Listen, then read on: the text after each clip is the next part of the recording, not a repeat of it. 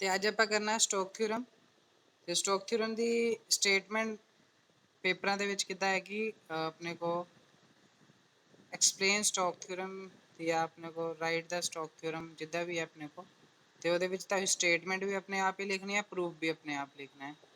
ਤੇ ਸਟੇਟਮੈਂਟ ਹੈ if f is a continuous differentiable, मतलब कंटिन्यूस फंक्शन भी है अपने को, कंटिन्यूस फंक्शन भी है नाल ही अपने को डिफरेंशिएबल फंक्शन भी है। वेक्टर पॉइंट है किसी भी फंक्शन, ठीक है। एफ वेक्टर अपने को कितना का होएगा, अगर मैं लगाना एफ वेक्टर अपने को की होगा एफ वन आई कैप प्लस f2 जे कैप प्लस f3 के कैप, ठीक है जी। f1 वेक्टर है, कॉन्टिन्यूस भी है, डिफरेंशिएबल भी है, वेक्टर पॉइंट फंक्शन है। एंड एस अपने को जी है, एस की है सरफेस है, ਉਹ ਸਰਫੇਸ ਜਿਹੜੀ ਬਾਉਂਡਡ ਹੈ ਕਿਸ ਦੇ ਨਾਲ, ਕਰਵ ਸੀ ਦੇ ਨਾਲ। ਹੁਣ ਦੇਖੋ ਡਾਇਗਰਾਮ ਦੇ ਵਿੱਚ ਆ ਐਸ ਸਰਫੇਸ ਹੈ ਤੇ ਆ ਬਾਉਂਡਡ ਬਾਏ ਸੀ, ਕਹਿੰਦੇ ਸੀ ਦੇ ਨਾਲ ਬਾਉਂਡਡ ਹੈ, ਇਹ ਕਰਵ ਸਰਫੇਸ ਹੈ ਜਿਹੜੀ ਸੀ ਹੈ ਉਹਨੂੰ ਬਾਉਂਡ ਕਰਕੇ ਰੱਖਿਆ ਹੈ। ਤੇ ਨਾਲ ਉਹ ਕਹਿ ਰਿਹਾ ਕਿ ਵੇਅਰ ਐਨ ਕੈਪ, ਹੁਣ ਦੇਖੋ ਇੰਟੀਗ੍ਰੇਸ਼ਨ ਹੈ that is a closed contour है, F vector dot D R vector is equal to integration of surface, surface का मतलब डबल इंटीग्रेशन है curl of F vector dot N vector D S that is अपने को derivative है surface का। Where unit vector unit normal vector अपने को हैगा या एन वैक्टर। हुण यूनिट नॉर्मल वैक्टर है, यूनिट है, यूनिट वैक्टर का मतलब है कि जेदी यदि मैग्नीट्यूड 1 होएगी तो यदि डायरेक्शन होएगी, डायरेक्शन परपेंडिकुलर है, नॉर्मल की गल कीती है, यूनिट नॉर्मल वैक्टर है at the point of S. हुण एस का पॉइंट ले लिया आपां, छोटा जिहा पार्ट ले लिया पूरी सरफेस का, एक छोटा जिहा पार्ट ले लिया दैट इज डी एस, ਉਹਦੀ डायरेक्शन देख ली दैट इज एन वैक्टर, वो नॉर्मल दे नाल एंगल लैम्डा बना रही है, गामा सॉरी एंगल गामा बना रही है, ठीक है जी। S is the drawn in the sense in which a right handed screw, ਹੁਣ right hand screw rule ਪੜਿਆ ਫਿਜ਼ਿਕਸ ਦੇ ਵਿੱਚ, ਜਦੋਂ ਆਪਾਂ ਕਰਲ ਰੋਟੇਟ ਆਪਣੀ ਫਿੰਗਰਸ ਰੋਟੇਟ ਕਰਦੇ ਹਾਂ ਤੇ ਜਿਹੜੀ ਉੱਪਰ ਥੰਬ ਹੁੰਦਾ ਹੈ ਉਹ ਡਾਇਰੈਕਸ਼ਨ ਰਿਪਰੈਜ਼ੈਂਟ ਕਰਦੀ ਹੈ ਆਪਣੇ ਕੋ, ਕਰਲ ਜਿਹੜੀ ਫਿੰਗਰਸ ਨੇ ਉਹ ਰੋਟੇਟ ਕਰਦੇ दैट इज एंटी क्लॉकवाइज, ਤੇ ਜਿਹੜੀ ਥੰਬ ਆ ਉਹ ਰਿਪਰੈਜ਼ੈਂਟ ਕਰਦਾ ਆਪਣੇ ਕੋ ਡਾਇਰੈਕਸ਼ਨ ਆਫ ਦਾ ਫੋਰਸ।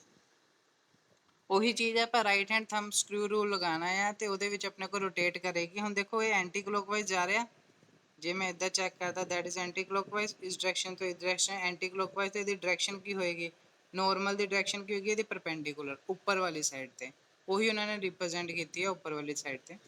ਹੁਣ ਦੇਖੋ ਪ੍ਰੂਫ ਕੀ ਹੈ, ਕਹਿੰਦੇ ਐਸ ਆਪਣੇ ਕੋਲ ਸਰਫੇਸ ਹੈ, ਆਪਾਂ ਪੂਰੀ ਐਸ ਸਰਫੇਸ ਲੈ ਲਈ which is such as a projection on the xy। ਹੁਣ ਦੇਖੋ ਆ मैं अपने को सरफेस लै ली अलोंग द अपने को ओ एक्स ओ वाई ते ओ जेड, तो ये कुछ कोऑर्डिनेट्स हो गए एक्स एक्सिस ते वाई एक्सिस ते जेड एक्सिस ते, ਉਹੀ ਉਹਨਾਂ ਨੇ ਲੈ ਲਿਆ ਕਿ ਆਪਾਂ ਇੱਕ ਪਲੇਨ ਆਪਾਂ ਇਹਨੂੰ ਇਸ ਹਿਸਾਬ ਨਾਲ ਵੀ ਲੈ ਸਕਦੇ projection along the X Y plane, Y Z plane, Z X plane, ਤੇ ਉਹ ਬਾਉਂਡਡ ਹੈ ਇੱਕ ਸਿੰਪਲ ਜੀ ਕਲੋਜ਼ਡ ਕਰਵ ਦੇ ਨਾਲ ਜਿਹਦਾ ਨਾਮ ਹੈ ਸੀ ਦੇ ਨਾਲ ਬਾਉਂਡਡ ਹੈ, ਕਲੋਜ਼ਡ ਕਰਵ ਹੈ। ਕਹਿੰਦੇ ਐਸ ਜਿਹੜੀ ਸਰਫੇਸ ਹੈ ਉਹ रिप्रेजेंट कर रही है तीन फॉर्म के नाल। देखो पहले तो अगर z है तो केड़ा फंक्शन होएगा x ते y वेरिएबल का, अगर y है तो फंक्शन किहदा होएगा x ते z का, तो इहदा वेरिएबल चेंज कर देंगे जी की गल कर लेंगे। अगर अपने को x है तो आप h ले लेंगे हैं, वो केड़ा फंक्शन होएगा y ते z का। हुण अपने को z is the function of X Y, y is the function of X Z और x is the function of Y Z. तो एफ जी एच जी गल कर रहे they are the continuous function, F G H अपने को ने that is a continuous function ने and they have a continuous partially derivative, इन्हों के फस्ट डेरिवेटिव कर सकते हैं, दे अपने को डायग्राम है, तो डायग्राम के नाल अपने को ये रिप्रेजेंट कर रहे हैं। हुण एक चीज़ होर ध्यान देखियो कि जिहड़ा यूनिट वैक्टर है, जिहड़ा यूनिट वैक्टर है, मान लो कि यह यूनिट वैक्टर है, इस पॉइंट पे एन कैप है या एन वैक्टर है, यदि कोई डायरेक्शन है, यदि कोई डायरेक्शन है, ये एक्स एक्सिस के नाल, ये एक्स एक्सिस के नाल एंगल बना रही है अल्फा, वाई एक्सिस के नाल एंगल बना रही है बीटा, तो जैड एक्सिस के नाल एंगल बना रही है गामा। ये जरूर याद रखना, एक्स एक्सिस के नाल एंगल बना रही है अल्फा, वाई एक्सिस के नाल बना रही है बीटा, तो जैड एक्सिस के नाल बना रही है गामा, ठीक है जी। हुण उस तो बाद नैक्सट पेज पर चलो, ਨੈਕਸਟ ਹੁਣ ਉਸ ਤੋਂ ਬਾਅਦ ਆਪਾਂ ਕੰਸੀਡਰ ਕਰ ਲਿਆ। ਹੁਣ ਦੇਖੋ ਉਹਨਾਂ ਨੇ ਕੀ ਕਿਹਾ ਸੀ, ਦੈਟ ਇਜ਼ ਆਪਣੇ ਕੋ ਆਹ ਚੀਜ਼ ਦੇਖ ਲਓ। ਥਿਊਰਮ ਦਾ ਹੀ ਆਪਾਂ ਪਹਿਲੇ ਆਹ ਵਾਲਾ ਪਾਰਟ ਸੋਲਵ ਕਰਾਂਗੇ, that is curl of F vector dot N vector DS. ਆਪਾਂ ਇਸ ਪਾਰਟ ਨੂੰ ਪਹਿਲੇ ਸੋਲਵ ਕਰਾਂਗੇ, ਰਾਈਟ ਹੈਂਡ ਵਾਲੀ ਸਾਈਡ ਵਾਲੇ ਪਾਰਟ ਨੂੰ। ਤੇ ਇਹਨੂੰ ਮੈਂ ਇਸ ਤਰੀਕੇ ਨਾਲ ਵੀ ਲਿਖ ਸਕਦਾ, ਜਿੱਥੇ ਆਪਣੇ ਕੋਲ ਇੰਟੀਗ੍ਰੇਸ਼ਨ ਨੀਚੇ ਐਸ ਲਿਖਿਆ ਨਾ, ਉਹਦਾ ਮਤਲਬ ਹੈ ਡਬਲ ਇੰਟੀਗ੍ਰੇਸ਼ਨ। ਇੱਕ ਇੰਟੀਗ੍ਰੇਸ਼ਨ ਐਕਸ ਐਕਸਿਸ ਦੀ ਹੈ, ਡੈਰੀਵੇਟਿਵ x ਵੇਰੀਏਬਲ ਦੀ ਹੈ, ਇੱਕ ਇੰਟੀਗ੍ਰੇਸ਼ਨ y ਵੇਰੀਏਬਲ ਦੀ ਹੈ। ਤੇ ਕਰਲ ਨੂੰ ਮੈਂ ਇਦਾਂ ਵੀ ਲਿਖ ਸਕਦਾ, ਕਰਲ ਆਫ f ਵੈਕਟਰ ਤੇ ਡੋਟ n ਵੈਕਟਰ ds। ਠੀਕ ਹੈ ਜੀ, ਕੋਈ ਚੇਂਜ ਨਹੀਂ ਆਏਗਾ। ਮੈਂ ਇਹਦੇ ਤੇ double integration curl of f vector dot n vector ds, ਇਹ ਵੀ ਇਹਦੇ ਇਕੁਅਲ ਹੀ ਹੋਏਗਾ। ਹੁਣ ਇਹੀ ਚੀਜ਼ ਆਪਾਂ ਲੈ ਕੇ ਕੰਸੀਡਰ ਲੈ ਕੇ ਚੱਲੇ ਹਾਂ। Consider the integral that is a double integration of s curl of f1 vector. ਹੁਣ ਦੇਖੋ ਮੇਰੇ ਕੋਲ ਕੀ ਸੀਗਾ, ਕਰਲ ਆਫ f ਵੈਕਟਰ ਸੀਗਾ। ਹੁਣ f ਵੈਕਟਰ ਕੀ ਹੈ, f ਵੈਕਟਰ ਮੈਂ ਦੱਸ ਚੁੱਕਾ ਤੁਹਾਡੇ ਕੋਲ, f1 i ਕੈਪ ਹੈ, ਪਲੱਸ f2 j ਕੈਪ ਹੈ, ਪਲੱਸ f3 k ਕੈਪ ਹੈ। ਇਹੀ ਹੈ ਨਾ, f1 i cap, f2 j cap, f3 k cap. ਤੇ ਮੈਂ ਉਹਦੇ ਵਿੱਚੋਂ ਸਿਰਫ f1 i ਕੈਪ ਵਾਲਾ ਪਾਰਟ ਲੈ ਲਿਆ, f1 i ਕੈਪ ਵਾਲਾ ਪਾਰਟ ਲੈ ਲਿਆ ਡੋਟ n ਵੈਕਟਰ ds। ਆਪਾਂ ਇਹਨੂੰ ਸੋਲਵ ਕਰਾਂਗੇ ਤੇ f1 f ਵੈਕਟਰ ਦੀ ਵੈਲਿਊ ਉਹਨਾਂ ਨੇ ਦਿੱਤੀ ਹੋਈ ਹੈ। ਹੁਣ ਜਦੋਂ ਆਪਾਂ ਕਿਸੇ, ਮੈਂ ਕੱਲ ਵੀ ਦੱਸਿਆ ਸੀ ਕਿ ਜੇਕਰ ਆਪਾਂ ਕੋਈ ਕਿਸੇ ਫੰਕਸ਼ਨ ਦਾ ਕਰਲ ਫਾਈਂਡ ਆਊਟ ਕਰਨਾ ਹੈ ਤੇ ਆਪਾਂ ਕੀ ਕਰਾਂਗੇ, ਉਹਦਾ ਡਿਟਰਮੀਨੈਂਟ ਲਵਾਂਗੇ i cap j cap k cap. ਇੱਥੇ k ਕੈਪ ਕਰ ਲਿਓ, ਇਹਨੂੰ ਉੱਪਰ ਲਿਖ ਲੈਣਾ ਤੇ ਨੀਚੇ ਆਪਣੇ ਕੋਲ ਹੁਣ ਕਰਲ ਹੈ। ਕਰਲ ਮੈਂ ਦੱਸਿਆ ਸੀਗਾ ਕਿ ਕਰਲ ਹੈ, ਉਹਦਾ ਮਤਲਬ ਹੈ ਕਿ ਕੱਲੀ ਬਾਈ ਕੱਲੀ x i ਕੈਪ ਪਲੱਸ ਕੱਲੀ ਬਾਈ ਕੱਲੀ j ਕੈਪ ਪਲੱਸ ਕੱਲੀ ਬਾਈ ਕੱਲੀ z k ਕੈਪ। ਹੁਣ x i j k cap ਤਾਂ ਆਪਾਂ ਉੱਪਰ ਲਿਖ ਲਿੱਤੇ, ਤੇ ਹੁਣ x ਦਾ ਆਪਣੇ ਕੋਲ ਕੱਲੀ ਬਾਈ ਕੱਲੀ x ਆ ਗਿਆ, ਇੱਧਰ ਕੱਲੀ ਬਾਈ ਕੱਲੀ y ਆ ਗਿਆ, ਤੇ ਇੱਧਰ ਕੱਲੀ ਬਾਈ ਕੱਲੀ z ਹੋ ਗਿਆ। ਹੁਣ ਆਪਣੇ ਕੋਲ ਉਹਨੇ f1 i ਦਿੱਤਾ। ਹੁਣ ਇਹ i ਕੈਪ ਦੇ ਵਿੱਚ ਤਾਂ ਸਿਰਫ f1 ਹੋਏਗਾ, ਤੇ ਨਾ ਇੱਥੇ j ਕੈਪ ਹੈ, ਨਾ ਆਪਣੇ ਕੋਲ k ਕੈਪ ਹੈ, ਤੇ ਉੱਥੇ 0 0 ਆ ਜਾਏਗਾ। ਫਿਰ ਆਪਾਂ ਡਿਟਰਮੀਨੈਂਟ ਸੋਲਵ ਕਰਾਂਗੇ। ਆਪਾਂ ਡਿਟਰਮੀਨੈਂਟ ਉਸੇ ਤਰੀਕੇ ਨਾਲ ਸੋਲਵ ਕਰਾਂਗੇ, i ਕੈਪ ਇੱਧਰ ਵੀ 0 ਇੱਧਰ 0, ਮਤਲਬ i ਕੈਪ ਵਾਲਾ ਟਰਮ 0 ਹੋ ਗਈ। j ਕੈਪ ਦੇ ਲਈ ਆਪਾਂ ਸੋਲਵ ਕਰਾਂਗੇ, ਇਹ ਨੈਗੇਟਿਵ ਆ ਗਿਆ ਤੇ ਮਾਈਨਸ ਆਪਣੇ ਕੋ ਆ ਗਿਆ। ਕੱਲੀ f1 ਬਾਈ ਕੱਲੀ z ਆ ਇਸ ਮਤਲਬ अपने को आएगा ਕੱਲੀ f1 अपॉन ਕੱਲੀ y k कैप। फिर अपने को आएगा ਕੱਲੀ f1 अपॉन ਕੱਲੀ y अपने को k कैप आएगा, ਤੇ ਕੱਲੀ f अपॉन ਕੱਲੀ z अपने को j कैप आएगा। ਇਹ ਆਪਾਂ ਸੋਲਵ ਕਰ ਲੈਣਾ ਇਸ ਡਿਟਰਮੀਨੈਂਟ ਸੋਲਵ ਕਰਨ ਤੋਂ ਬਾਅਦ। ਫਿਰ ਉਸ ਤੋਂ ਬਾਅਦ ਆਪਣੇ ਕੋ ਇੰਨਾ ਪਾਰਟ ਸੋਲਵ ਹੋ ਕੇ ਆਪਾਂ ਆ ਗਿਆ। ਹੁਣ ਆਪਾਂ ਕੀ ਕਰਨਾ, ਡਾਟ ਪ੍ਰੋਡਕਟ ਕਰਨਾ n ਵੈਕਟਰ ਦੇ ਨਾਲ। ਡਾਟ ਪ੍ਰੋਡਕਟ n ਵੈਕਟਰ ਦੇ ਨਾਲ ਕਰਾਂਗੇ ਤੇ ਹੁਣ j ਵੈਕਟਰ ਹੈ, j ਕੈਪ ਹੈ ਡਾਟ n ਵੈਕਟਰ ਹੋ ਗਿਆ, ਇਹਦੀ k ਕੈਪ ਹੈ ਡਾਟ n ਵੈਕਟਰ ਹੋ ਗਿਆ। ਹੁਣ ਮੈਂ ਤੁਹਾਨੂੰ ਦੱਸਿਆ ਸੀ ਕਿ n ਵੈਕਟਰ ਦੇ ਨਾਲ ਆ ਮੈਂ ਦੱਸਿਆ ਹਲੇ ਦੱਸਿਆ ਕਿ n ਵੈਕਟਰ ਹੈ ਜੇ x ਐਕਸਿਸ ਦੇ ਨਾਲ ਹੈ, x ਐਕਸਿਸ ਨੂੰ ਮੈਂ i ਕੈਪ ਵੀ ਲੈ ਸਕਦਾ, y ਐਕਸਿਸ ਨੂੰ j ਕੈਪ ਵੀ ਲੈ ਸਕਦਾ, z ਐਕਸਿਸ ਨੂੰ k ਕੈਪ ਵੀ ਲੈ ਸਕਦਾ। ਹੁਣ ਉਹ ਕਹਿ ਰਿਹਾ ਕਿ ਜੇ x ਐਕਸਿਸ ਦੇ ਨਾਲ ਹੈ, i ਕੈਪ ਦੇ ਨਾਲ ਹੈ, ਤੇ n vector dot i cap that is अपने को अल्फा एंगल बनाएंगे, और n vector dot j cap that is अपने को बीटा एंगल बनाऊगा, ਤੇ n vector dot k cap that is gamma angle ਬਣਾਊਗਾ। ਤੇ ਹੁਣ n vector dot j cap ਦੇ ਨਾਲ ਆਪਣੇ ਕੋ ਕੀ ਹੈ, ਬੀਟਾ ਐਂਗਲ ਬਣ ਰਿਹਾ, दैट इज ਆਪਣੇ ਕੋ cos ਬੀਟਾ ਆ ਗਿਆ। ਹੁਣ ਮੈਂ ਤੁਹਾਨੂੰ ਇਹ ਵੀ ਦੱਸ ਦਵਾਂ ਕਿ ਡਾਟ ਪ੍ਰੋਡਕਟ ਆਪਾਂ ਕਿੱਦਾਂ ਸੋਲਵ ਕਰਦੇ ਹਾਂ, ਕਿ ਅਗਰ ਆਪਣੇ ਕੋ a vector dot b vector ਹੈ ਤੇ ਮੈਂ ਇਹਨੂੰ ਲਿਖ ਸਕਦਾ a ਵੈਕਟਰ ਦੇ ਮੈਗਨੀਟਿਊਡ into b ਵੈਕਟਰ ਦਾ ਮੈਗਨੀਟਿਊਡ ਤੇ cos ਥੀਟਾ। ਇਹ ਹੁੰਦਾ dot product a vector dot b vector that is a magnitude of a vector, magnitude of b vector ਔਰ cos of ਥੀਟਾ। ਹੁਣ ਥੀਟਾ ਮੈਂ ਹਲੇ ਦੱਸਿਆ ਕਿ j ਕੈਪ ਡਾਟ n ਵੈਕਟਰ ਦੇ ਵਿੱਚ ਬੀਟਾ ਹੈ, ਤੇ ਯੂਨਿਟ ਵੈਕਟਰ ਨੇ ਤੇ ਯੂਨਿਟ ਵੈਕਟਰ ਦੀ ਵੈਲਿਊ ਹਮੇਸ਼ਾ 1 ਹੁੰਦੀ ਹੈ।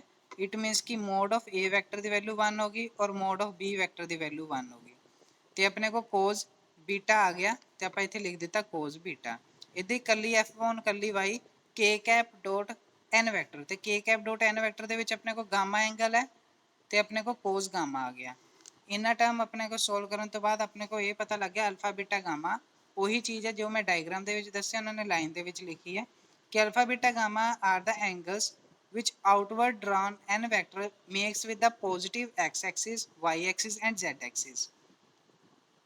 ਹੁਣ ਸਾਡੇ ਕੋਲ ਇੰਨਾ ਪਾਰਟ ਸੋਲਵ ਹੋ ਗਿਆ। ਉਸ ਤੋਂ ਬਾਅਦ ਆਪਾਂ ਕੀ ਕਰਨਾ, ਹੁਣ ਉਹਦਾ ds ਦੇ ਨਾਲ ਇੰਟੀਗ੍ਰੇਸ਼ਨ ਕਰਨੀ ਹੈ। ਤੇ ਮੈਂ ਪੁੱਟ ਕਰ ਦਿੱਤਾ curl of f of i f1 i cap dot n vector ds ਦਾ ਇੰਟੀਗ੍ਰੇਸ਼ਨ ਲਗਾ ਦਿੱਤਾ, ਤੇ ਮੈਂ ਆ ਵਾਲੀ ਵੈਲਿਊ ਇੱਥੇ ਲਿਖ ਦਿੱਤੀ ਕੱਲੀ f1 ਅਪਨ ਕੱਲੀ z cos ਬੀਟਾ ਮਾਈਨਸ ਕੱਲੀ f ਅਪਨ ਕੱਲੀ y cos Gama into ds। ਹੁਣ ਮੇਰੇ को प्रूफ की करना रह गया कि आ ਜਿਹੜਾ राइट हैंड साइड वाला पार्ट है और लैफ्ट हैंड साइड वाले पार्ट ਦੇ ਨਾਲ ਬਰਾਬਰ ਹੋਵੇ। ਹੁਣ ਲੈਫਟ ਹੈਂਡ ਵਾਲਾ ਸਾਈਡ ਵਾਲਾ ਪਾਰਟ ਦੇਖੋ ਥਿਊਰਮ ਦੇ ਵਿੱਚ ਕੀ ਹੈ। ਹੁਣ ਮੈਂ ਇੱਥੇ ਕੀ ਕੀਤਾ ਸੀ, ਆਪਣੇ ਕੋ ਕੀ ਹੈ एफ वैक्टर क्लोज इंटीग्रेशन है contour the F vector dot D R है। अगर मैं सिर्फ आई कैप वाला पार्ट लवांगा तो इतने क्या आएगा F1 वैक्टर आएगा डॉट डी आर आएगा। तो वही वाली चीज़ है, मैं F1 वैक्टर ले लिया डॉट डी एक्स ले लिया। ਹੁਣ डी आर भी मैनू पता है कि डी आर भी अपने को की होंगे है, जे मैं डी आर नू लिखा तो डी आर मैं इतने लिख देना, डी आर अपने को हैगा या that is d x i cap plus d y j cap plus d z k cap. ठीक है जी। तो हुण सिर्फ आप आई कैप वाला पार्ट लै रहे हैं तो इतने आएगा close integration F1 vector close integration है और काउंटर सैट C है तो डी एक्स आ जाएगा। हुण अपने को R अपने को ऑर्थोगोनल प्रोजेक्शन लै लिया of S the on the XY plane. कहते जो आप आर ऑर्थोगोनल प्रोजेक्शन लै ली XY प्लेन ਦੇ ਵਿੱਚ ਤੇ ਆਪਣੇ ਕੋ T ਹੈ ਟੋ, ਇਹਨੂੰ ਕਹਿੰਦੇ ਟੋ, ਇਹਨੂੰ ਰਿਪਰੈਜ਼ੈਂਟ ਕਰਦੇ ਟੋ ਦੇ ਨਾਲ B it's boundary which is oriented. ਕਹਿੰਦੇ ਕਿ ਆਪਾਂ ਬਾਉਂਡਰੀ ਨੂੰ ਰੋਟੇਟ ਕਰ ਦਿੱਤਾ, ਰੋਟੇਟ ਕਰਨ ਦਾ ਮਤਲਬ ਹੈ ਓਰੀਐਂਟ ਕਰ ਦਿੱਤਾ, ਆਪਾਂ ਸ਼ਿਫਟ ਕਰ ਦਿੱਤਾ ਥੋੜਾ ਜਿਹਾ ਤੇ ਆਪਣੇ ਕੋ ਰਿਪਰੈਜ਼ੈਂਟੇਸ਼ਨ ਆਈ ਹੈ z ਫੰਕਸ਼ਨ ਆਫ xy। ਇਹ ਮੈਂ ਦੱਸੀ ਸੀ ਤੁਹਾਨੂੰ ਹਲੇ ਪਿੱਛੇ ਕਿ ਜਦੋਂ ਆਪਾਂ ਕੋਈ ਪ੍ਰੋਜੈਕਸ਼ਨ ਲਵਾਂਗੇ ਦੈਨ ਆਪਣੇ ਕੋਲ z ਵੇਰੀਏਬਲ ਹੋਏਗਾ, z ਚੇਂਜ ਹੋ ਜਾਏਗਾ ਫੰਕਸ਼ਨ ਆਫ xy। अगर x होएगा तो वो चेंज हो जाएगा फंक्शन ऑफ वाई जेड, तो जे एच वाई हैगा फंक्शन ऑफ जेड एक्स ਦੇ ਵਿੱਚ चेंज हो जाएगा। ਹੁਣ देखो अपने को की है कि अपने को अगर मैं काउंटर सैट C ਲੈ ਲਿਆ F1 है, ਹੁਣ जे F1 है ਉਹਦੇ ਵਿੱਚ x y z वेरिएबल ਹੋਗੇ dx ਦਾ। ਹੁਣ ਆਹ ਵਾਲਾ ਪਾਰਟ ਮੈਂ ਸੋਲਵ ਕਰ ਰਿਹਾ, ਇਹਦਾ ਰਾਈਟ ਵਾਲਾ ਪਾਰਟ। ਹੁਣ ਇਹਦਾ ਰਾਈਟ ਵਾਲਾ ਪਾਰਟ ਮੈਂ ਸੋਲਵ ਕਰਨਾ ਸ਼ੁਰੂ ਕੀਤਾ। F1 ਹੈ x y z वेरिएबल है ਤੇ dx ਹੈ ਤੇ ਉਹਦੇ ਵਿੱਚ ਆਪਾਂ ਕਾਊਂਟਰ ਸੀ, ਉਹਨੇ ਕਿਹਾ ਸੀ C ਨੂੰ ਚੇਂਜ ਕਰ ਦਿਓ, ਬਾਉਂਡਰੀ ਚੇਂਜ ਹੋ ਗਈ ਹੈ, C ਨੂੰ ਮੈਂ ਚੇਂਜ ਕਰ ਦਿੱਤਾ ਟੋ ਦੇ ਵਿੱਚ ਤੇ C ਨੂੰ ਆਪਾਂ ਚੇਂਜ ਕੀਤਾ ਟੋ ਦੇ ਵਿੱਚ।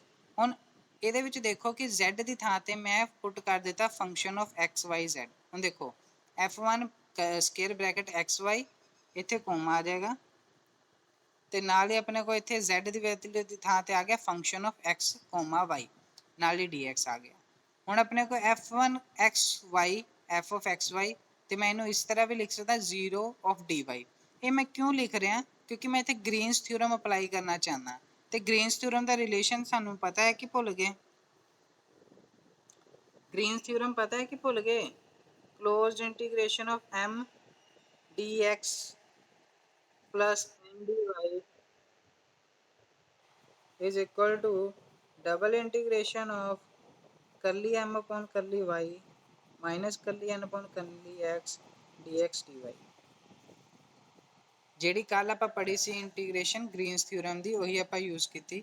ਕੱਲੀ m dx ਤੇ n dy ਜਿਹੜੀ ਆਪਾਂ ਮੈਂ ਦੱਸ ਦਿੰਦਾ। ਹਾਂਜੀ ਆ ਦੇਖੋ ਆਹੀ ਵਾਲੀ ਥਿਊਰਮ ਸੀ, ਉਹੀ ਥਿਊਰਮ ਮੈਂ ਵੀ ਲਿਖੀ ਹੈ। Close integration m dx plus n dy is equal to the double integration curly m upon curly y minus curly n upon curly x dx dy। ਉਹੀ ਥਿਊਰਮ ਆਪਾਂ ਇੱਥੇ ਅਪਲਾਈ ਕਰ ਰਹੇ ਹਾਂ। ਹੁਣ ਉਹੀ ਥਿਊਰਮ ਹੈ, m ਆਪਣੇ ਕੋ ਆ ਗਿਆ F1 ਤੇ n ਦੀ ਵੈਲਿਊ ਆਪਾਂ 0 ਲੈ ਲਈ ਹੈ ਤੇ ਇਹਨੂੰ ਆਪਾਂ ਕਰਾਂਗੇ ਕਿ ਦੈਟਸ ए ਮਾਈਨਸ, ਕਿਉਂਕਿ n ਹੈਗਾ, n ਆਪਣੇ ਕੋ ਪਾਰਟ ਨਹੀਂ ਹੈਗਾ ਤੇ ਕੱਲੀ m upon ਕੱਲੀ y ਵਾਲਾ ਹੈ ਤੇ ਆਪਣੇ ਕੋ ਆਏਗਾ ਡਬਲ ਇੰਟੀਗ੍ਰੇਸ਼ਨ ਆਫ r ਕੱਲੀ F1 upon ਕੱਲੀ y, ਕਿਉਂਕਿ m ਹੈ ਕੱਲੀ f upon ਕੱਲੀ y dx dy ਰਹਿ ਗਿਆ। ਠੀਕ ਹੈ ਜੀ। ਥੋੜੀ ਜਿਹੀ ਇਹ ਚੇਂजेस ਕਰ ਲਓ ਇਹਦੇ ਵਿੱਚ, ਇਹ ਪਲੱਸ ਵਾਲਾ ਪਾਰਟ ਸੀ, ਇਹ ਨੈਗੇਟਿਵ ਵਾਲਾ ਪਾਰਟ ਸੀ, ਬਸ ਇਹਦੇ ਚੋਂ ਆ ਚੀਜ਼ ਹੈ। ਠੀਕ ਹੈ ਤੇ ਆਪਣੇ ਕੋਲ ਕੱਲੀ m ਅਪੋਨ ਕੱਲੀ y ਨੈਗੇਟਿਵ ਦੇ ਵਿੱਚ ਹੈ ਤੇ ਇਹ ਵਾਲਾ ਵੀ ਪਾਰਟ ਨੈਗੇਟਿਵ ਦੇ ਵਿੱਚ ਹੈ ਤੇ ਆਪਾਂ ਗ੍ਰੀਨਸ ਥਿਊਰਮ ਅਪਲਾਈ ਕਰ ਲਈ। ਹੁਣ ਉਸ ਤੋਂ ਬਾਅਦ ਆਪਣੇ ਕੋ ਆਂਦਾ ਹੈ ਕਿ ਆਪਾਂ ਪਾਰਸ਼ੀਅਲ ਡੈਰੀਵੇਟਿਵ ਨੇ ਕਿਹਾ ਕਿ partial derivative with respect to y ਕਰਨਾ f1 ਦਾ। ਹੁਣ ਆਪਾਂ partial derivative with respect to y f1 ਦਾ ਕੀਤਾ ਤੇ f1 ਕਿੱਦਾਂ ਦਾ ਫੰਕਸ਼ਨ ਹੈ x y small of f of x function of x ਔਰ y। ਹੁਣ ਇਹਦਾ ਪਾਰਸ਼ੀਅਲ ਡੈਰੀਵੇਟਿਵ ਕਰਨਾ ਸ਼ੁਰੂ ਕਰੀਏ। ਹੁਣ ਪਾਰਸ਼ੀਅਲ ਡੈਰੀਵੇਟਿਵ ਕਿੱਦਾਂ ਕਰਾਂਗੇ, ਪਹਿਲੇ ਫੰਕਸ਼ਨ ਦਾ ਡੈਰੀਵੇਟਿਵ ਕਰਾਂਗੇ ਫਿਰ ਉਹਦੇ ਅੰਦਰ ਵਾਲੇ ਫੰਕਸ਼ਨ ਦਾ ਡੈਰੀਵੇਟਿਵ ਕਰਾਂਗੇ। ਹੁਣ ਦੇਖੋ ਪਹਿਲੇ ਆਪਾਂ ਕੀ ਲੈ ਲਿਆ ਕੱਲੀ ਅਪੋਨ ਕੱਲੀ y ਫੰਕਸ਼ਨ ਦਾ, ਕੰਪਲੀਟ ਫੰਕਸ਼ਨ ਦਾ, ਜਦੋਂ ਆਪਾਂ ਇੱਥੇ ਵੇਰੀਏਬਲ z ਕਰ ਦਿੱਤਾ। ਠੀਕ ਹੈ ਜੀ। ਹੁਣ ਪਹਿਲੇ ਆਪਾਂ ਕੱਲੀ ਅਪੋਨ ਕੱਲੀ y ਪੂਰੇ ਫੰਕਸ਼ਨ ਦਾ ਲੈ ਲਿਆ ਤੇ ਵੇਰੀਏਬਲ ਆਪਾਂ ਇਹਦੀ ਥਾਂ ਤੇ ਆਪਾਂ ਇਹਨੂੰ z ਲਿਖ ਸਕਦੇ ਹਾਂ ਤੇ z ਲਿਖ ਦਿੱਤਾ। ਫਿਰ ਆਪਾਂ ਅਗੇਨ ਇੰਟੀਗ੍ਰੇਸ਼ਨ ਕੀਤਾ, ਪਹਿਲੇ ਆਪਾਂ z ਦਾ ਇੰਟੀਗ੍ਰੇਸ਼ਨ ਕਰਾਂਗੇ ਫਿਰ ਕੱਲੀ ਬਾਈ ਕੱਲੀ z ਅਪੋਨ ਕੱਲੀ y ਦਾ ਕਰਾਂਗੇ। मैं ਇਹ 'ਚੋਂ ਦੱਸ ਦਿੰਦਾ ਇਹਨਾਂ ਨੇ ਕਿੱਦਾਂ ਸਪਲਿਟ ਕੀਤਾ ਆ। ਇਹਦੇ ਵਿੱਚ ਇਹਨਾਂ ਨੇ ਕੀਤਾ ਕੱਲੀ ਐਫ ਅਪੋਨ ਕੱਲੀ ਵਾਈ F1 ਹੁਣ F1 ਦੇ ਵਿੱਚ x y ਤੇ z ਵੇਰੀਏਬਲ ਹੈ ਪਲੱਸ ਕੱਲੀ F1 ਡਿਵਾਈਡਡ ਬਾਈ ਕੱਲੀ z ਇੰਟੂ ਕੱਲੀ z ਡਿਵਾਈਡਡ ਬਾਈ ਕੱਲੀ y। ਆਪਾਂ ਇਹ ਕਰ ਦਿੱਤਾ ਕੱਲੀ z ਡਿਵਾਈਡਡ ਬਾਈ ਕੱਲੀ F1 ਅਪੋਨ ਕੱਲੀ z ਤੇ ਕੱਲੀ z ਅਪੋਨ ਕੱਲੀ y। ਹੁਣ ਕੱਲੀ z ਨੂੰ ਮੈਂ ਲਿਖ ਸਕਦਾ ਫੰਕਸ਼ਨ ਆਫ x y ਤੇ ਉਹਨਾਂ ਨੇ ਇੱਥੇ ਆਪਣੇ ਕੋ ਸਿੱਧਾ ਹੀ ਲਿਖ ਦਿੱਤਾ function of small f of x y। ਇੰਨਾ ਕਰਨ ਤੋਂ ਬਾਅਦ ਹੁਣ ਇਹਨਾਂ ਨੇ ਕੀ ਕੀਤਾ ਪੁੱਟ ਕਰ ਦਿੱਤਾ ਹੁਣ ਕੱਲੀ ਅਪੋਨ ਕੱਲੀ y f1 x y z ਤੇ ਕੱਲੀ ਅਪੋਨ ਕੱਲੀ z f1 x y z ਤੇ ਕੱਲੀ f ਅਪੋਨ ਕੱਲੀ y। ਹੁਣ ਇਹਨੂੰ ਪੁੱਟ ਕਰ ਦਿੱਤਾ ਆਪਣੇ ਕੋ ਕੱਲੀ f ਅਪੋਨ ਕੱਲੀ y ਪਲੱਸ ਕੱਲੀ f ਅਪੋਨ ਕੱਲੀ z ਕੱਲੀ ਸਮਾਲ f ਕੱਲੀ y dx dy ਆਪਾਂ ਇਹਦੀ ਵੈਲਿਊ ਪੁੱਟ ਕਰ ਦਿੱਤੀ। ਹੁਣ ਇਹਦੀ ਵੈਲਿਊ ਪੁੱਟ ਕਰਨ ਦੇ ਹੁਣ ਆਪਾਂ ਕੀ ਲੈ ਲਿਆ ਨਾਓ ਦਾ ਇਕੁਏਸ਼ਨ ਆਪਣੇ ਕੋ z ਜਿਹੜੀ ਆਪਾਂ ਸਰਫੇਸ ਲਈ ਆ ਹਲੇ ਇੱਥੇ ਰਿਪਰੈਜ਼ੈਂਟ ਕੀਤੀ ਹੈ ਦੈਟ ਇਜ਼ z ਸਰਫੇਸ ਹੈ ਠੀਕ ਹੈ ਜੀ। z ਆਪਾਂ ਸਰਫੇਸ ਲੈ ਲਈ ਹੈ ਤੇ z ਮੈਂ ਕੀ ਕੀਤਾ ਫੰਕਸ਼ਨ ਆਫ x y ਨੂੰ ਲੈਫਟ ਹੈਂਡ ਸਾਈਡ ਤੇ ਲੈ ਗਿਆ ਔਰ ਇਕੁਅਲ ਟੂ 0 ਕਰ ਦਿੱਤਾ। ਮੈਂ ਇਸ ਨੂੰ ਕੰਪਲੀਟ ਫਾਈ ਆਫ x ਲੈ ਲਿਆ ਫਾਈ ਆਫ x y z ਲੈ ਲਿਆ। ਜਦੋਂ ਆ ਇਹਨੂੰ ਮੈਂ ਉਧਰ ਲੈ ਗਿਆ ਨੈਗੇਟਿਵ ਦੇ ਵਿੱਚ ਤੇ ਮੈਂ ਉਹਨੂੰ ਫਾਈ ਆਫ x y z ਲੈ ਲਿਆ। ਇਹ ਮੈਂ ਕਿਉਂ ਕਰਦਾ ਪਿਆ ਕਿਉਂਕਿ ਮੈਂ ਉਸ ਦੀ ਡਾਇਰੈਕਸ਼ਨ ਕੱਢਣਾ ਚਾਹੁੰਦਾ ਉਸ ਯੂਨਿਟ ਵੈਕਟਰ ਦੀ ਡਾਇਰੈਕਸ਼ਨ ਕੱਢਣਾ ਚਾਹੁੰਦਾ ਜੀ। ਉਸ ਯੂਨਿਟ ਵੈਕਟਰ ਦੀ ਡਾਇਰੈਕਸ਼ਨ ਕੱਢਣਾ ਚਾਹੁੰਦਾ ਜਿਹਦਾ ਫਾਰਮੂਲਾ ਹੁੰਦਾ ਹੈ that is a gradient of phi divided by mod of gradient of phi. ਜੀ ਆਹ ਵਾਲਾ ਫਾਰਮੂਲਾ ਮੈਂ ਅਪਲਾਈ ਕਰੂੰਗਾ ਤੇ ਉਹਦੇ ਲਈ ਮੈਨੂੰ ਫਾਈ ਚਾਹੀਦਾ ਤੇ ਮੈਂ phi of X Y Z variable ਲੈ ਲਿਆ। ਹੁਣ ਗ੍ਰੇਡੀਐਂਟ ਆਫ ਫਾਈ ਤਾਂ ਮੈਨੂੰ ਪਤਾ ਹੈ ਸੋਲਵ ਕਰ ਲੂੰਗਾ ਮਾਈਨਸ ਕੱਲੀ ਐਫ ਪੌਨ ਕੱਲੀ x i cap minus f ਕੱਲੀ ਐਫ ਪੌਨ ਕੱਲੀ ਵਾਈ ਜੇ ਕੈਪ ਪਲੱਸ ਕੇ ਕੈਪ। ਇਹ ਕਿੱਦਾਂ ਹੈ ਆਪਣੇ ਕੋ ਹੁਣ ਆਪਣੇ ਕੋ ਇੱਥੇ ਮੈਂ ਪੁੱਟ ਕੀਤਾ ਤੇ ਐਫ ਵਾਲਾ ਜ਼ੈਡ ਵਾਲਾ ਪਾਰਟ ਤਾਂ ਸਿਰਫ ਕੇ ਕੈਪ ਆਏਗਾ ਤੇ ਇੱਧਰ ਮਾਈਨਸ ਕੱਲੀ ਐਫ ਪੌਨ ਕੱਲੀ ਐਕਸ ਆਈ ਕੈਪ ਆਏਗਾ ਮਾਈਨਸ ਕੱਲੀ ਐਫ ਪੌਨ ਕੱਲੀ ਜੇ ਕੈਪ ਆਏਗਾ। ਹੁਣ ਇਹਦਾ ਡਿਟਰਮੀਨੈਂਟ ਕਰ ਲਿਆ ਤੇ ਡਿਟਰਮੀਨੈਂਟ ਆਪਣੇ ਕੋ ਮੈਂ ਮੰਨ ਲਿਆ ਕਿ ਉਹ ਮੈਗਨੀਚਿਊਡ ਇਹਨਾਂ ਦੀ a ਦੇ ਬਰਾਬਰ ਹੈ ਤਾਂ ਮੈਂ n ਵੈਕਟਰ ਦੀ ਵੈਲਿਊ ਲਗਾ ਦਿੱਤੀ ਤੇ ਆਪਾਂ n ਵੈਕਟਰ ਆਪਣੇ ਕੋ ਕਿਹੜੇ ਬਰਾਬਰ ਹੈ ਮੈਂ ਹਾਲੇ ਦੱਸਿਆ ਸੀ डायरेक्शन को साइन अपने को कोस अल्फा आई कैप प्लस कोस बीटा जे कैप प्लस कोस गामा के कैप वो इक्वल टू हो गया -1 अपॉन ए कली एफ अपॉन कली आई के -1 अपॉन ए कली एफ अपॉन कली Y j cap plus 1 upon ए जे ਹੁਣ ਕੰਪੇਅਰ ਕਰ ਦਾਂਗੇ आई कैप ਨੂੰ आई कैप ਦੇ ਨਾਲ y जे कैप ਨੂੰ जे कैप ਦੇ ਨਾਲ के कैप ਨੂੰ के कैप ਦੇ ਨਾਲ ਜੀ ਇੱਥੇ के कैप ਕਰ ਲਓ ਤੇ ਆਪਣੇ ਕੋ ਕੋਸ ਅਲਫਾ ਕੋਸ ਬੀਟਾ ਤੇ ਕੋਸ ਗਾਮਾ ਦੀ ਵੈਲਿਊ ਇੱਥੇ ਆਪਾਂ ਫਾਈਂਡ ਆਊਟ ਕਰ ਲਾਂਗੇ। ਹੁਣ ਕੋਸ ਅਲਫਾ ਕੋਸ ਬੀਟਾ ਤੇ ਕੋਸ ਗਾਮਾ ਦੀ ਵੈਲਿਊ ਆਪਾਂ ਫਾਈਂਡ ਆਊਟ ਕਰ ਲਈ ਹੈ। ਇਸ ਤੋਂ ਬਾਅਦ ਆਪਾਂ ਕੀ ਕਰਨਾ ਹੈ ਹੁਣ ਆਪਾਂ ਸਰਫੇਸ ਲੈ ਲਈ ਹੈ ਨਾਓ ਦਾ ds ਹੁਣ ds ਦੀ ਗੱਲ ਆਈ ਹੈ ਕਿਉਂਕਿ ਆਪਾਂ ਇੰਟੀਗ੍ਰੇਸ਼ਨ ਨੂੰ ਸੋਲਵ ਕਰਨਾ ਹੈ ਤੇ ਆਪਣੇ ਕੋਲ ਇੰਟੀਗ੍ਰੇਸ਼ਨ ਨੂੰ ਸੋਲਵ ਕਰਾਂਗੇ ਤੇ ਹੁਣ ds ਦਾ ਪਾਰਟ ਆ ਗਿਆ। ਹੁਣ ਮੈਂ ds ਨੂੰ ਲਿਖਾਂਗੇ that is the surface of x ਤੇ y ਇਨ ਦਾ ਪਲੇਨ ਤੇ ਉਹਦੇ ਵਿੱਚ 1 upon cos ਗਾਮਾ ਦੇ ਬਰਾਬਰ ਹੋਏਗੀ 1 upon cos ਗਾਮਾ ਕਿਹਦੇ ਬਰਾਬਰ ਹੈ 1 upon a ਦੇ ਤੇ 1 upon a ਦੈਟ ਇਜ਼ ਆਪਣੇ ਕੋ a dx dy ਆ ਗਈ। ਹੁਣ ਆਪਾਂ ਸਾਰੀ ਵੈਲਿਊਜ਼ ਪੁੱਟ ਕਰਨੀ ਸ਼ੁਰੂ ਕਰ ਦਿੰਦੇ ਆ ਸਟੇਟਮੈਂਟ ਦੇ ਵਿੱਚ ਜਿਹੜੀ ਆਪਾਂ ਉੱਪਰ ਲੈ ਕੇ ਚੱਲੇ ਸੀਗੇ। ਕਹਿੰਦੇ क्लोज अपने को डबल इंटीग्रेशन ऑफ सरफेस है कली एफ अपॉन कली जेड कोस बीटा माइनस कली एफ अपॉन कली एफ वन कली कली y cos gamma d s ਹੁਣ ds ਦੀ ਥਾਂ ਤੇ ਮੈਂ ਕੀ ਪੁੱਟ ਕਰ ਦਿੱਤਾ a dx dy ਤੇ cos ਬੀਟਾ ਦੀ ਵੈਲਿਊ ਪੁੱਟ ਕਰਤੀ cos ਗਾਮਾ ਦੀ ਵੈਲਿਊ ਪੁੱਟ ਕਰਤੀ ਇਹਦੀ ਵੀ ਵੈਲਿਊ ਪੁੱਟ ਕਰ ਦੇਣੀ ਇਹਦੀ ਵੀ ਵੈਲਿਊ ਪੁੱਟ ਕਰ ਦੇਣੀ ਇਹਦੀ ਵੀ ਵੈਲਿਊ ਪੁੱਟ ਕਰ ਦੇਣੀ।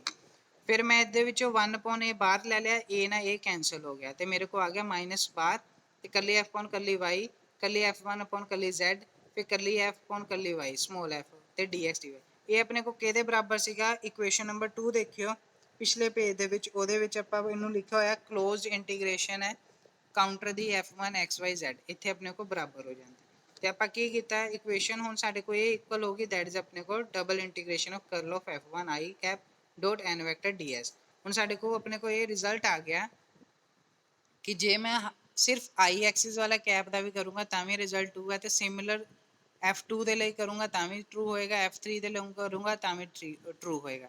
ਫਿਰ ਮੈਂ ਕੀਤਾ ਲਾਸਟ ਦੇ ਵਿੱਚ f1 f2 f3 ਮਤਲਬ ਥਰਡ ਇਕੁਏਸ਼ਨ ਫੋਰਥ ਤੇ ਫਿਫਥ ਨੂੰ ਐਡ ਕਰ ਦਿੱਤਾ ਤੇ ਮੇਰੇ ਕੋ ਆ ਜਾਏਗਾ ਕਰਲ of f1 i cap plus f2 j cap plus f3 k cap dot n vector ds ਤੇ ਮੇਰੇ ਕੋ ਇੱਥੇ ਥਿਊਰਮ ਕੰਪਲੀਟ ਹੋ ਜਾਂਦੀ ਹੈ ਤੇ ਥਿਊਰਮ ਕੰਪਲੀਟ ਹੋ ਜਾਂਦੀ ਹੈ ਤੇ ਥਿਊਰਮ ਕਹਿੰਦੀ ਹੈ ਅਗਰ ਇੱਥੇ ਥਿਊਰਮ ਕੰਪਲੀਟ ਹੋ ਜਾਂਦੀ ਹੈ ਤੇ if the surface does not satisfy restriction ਕਹਿੰਦੇ ਕਿ ਅਗਰ ਰਿਸਟ੍ਰਿਕਸ਼ਨ ਜਿਹੜੀ ਬਣਾਈਆਂ ਗਈਆਂ ਜਾਂ ਇੰਪੋਜ਼ ਕੀਤੀਆਂ ਗਈਆਂ ਉਹ ਸੈਟੀਸਫਾਈ ਨਹੀਂ ਕਰਦੀ ਹੈ ਤਾਂ ਥਿਊਰਮ ਆਪਣੇ ਕੋ ਟਰੂ ਹੋਏਗੀ। ਟਰੂ ਹੋਏਗੀ ਤੇ ਆਪਾਂ ਉਹਦੇ ਵਿੱਚ ਸਰਫੇਸ ਨੂੰ ਜਿੰਨਾ ਮਰਜ਼ੀ ਡਿਵਾਈਡ ਕਰ ਲਾਂਗੇ, ਇੱਕ ਤੋਂ ਜ਼ਿਆਦਾ ਪਾਰਟਸ ਦੇ ਵਿੱਚ ਆਪਾਂ ਡਿਵਾਈਡ ਕਰ ਸਕਦੇ ਹਾਂ, ਨਾਲ ਹੀ ਉਹਦੀ ਬਾਉਂਡਰੀਜ਼ ਵੀ ਡਿਵਾਈਡ ਹੋ ਜਾਊਗੀਆਂ ਤੇ ਵਿੱਚ ਡੂ ਸੈਟੀਸਫਾਈ ਰਿਸਟ੍ਰਿਕਸ਼ਨ, ਤੇ ਨਾਲ ਹੀ ਉਹ ਆਪਣੀ ਰਿਸਟ੍ਰਿਕਸ਼ਨ ਨੂੰ ਸੈਟੀਸਫਾਈ ਕਰੇਗੀ ਤੇ ਸਟੋਕ ਥਿਊਰਮ ਹੋਲਡ ਹੋਏਗੀ ਫॉर ਈਚ ਸਰਫੇਸ ਦੇ ਲਈ। ਤੇ sum of the surface integral of S1 ਤੋਂ ਲੈ ਕੇ SP ਤੱਕ which gives the closed integral the sum of the ਆਪਣੇ ਕੋ closed counter integration C ਵਾਲੀਆਂ ਜਿੰਨੀਆਂ ਵੀ ਉਹਨਾਂ ਸਾਰਿਆਂ ਦੇ ਇੰਟੀਗ੍ਰੇਸ਼ਨ ਦੇ ਬਰਾਬਰ ਹੋਏਗੀ ਤੇ ਨਾਲ ਹੀ ਆਪਣੇ ਕੋ ਆ ਰਿਜ਼ਲਟ ਟਰੂ ਹੋ ਜਾਏਗਾ। ਤੇ ਵੈਰੀ ਇੰਪੋਰਟੈਂਟ ਥਿਊਰਮ ਹੈ, ਪੇਪਰਾਂ ਦੇ ਵਿੱਚ ਆਲਮੋਸਟ ਆਣੀ ਹੀ ਆਣੀ ਹੈ ਜੀ।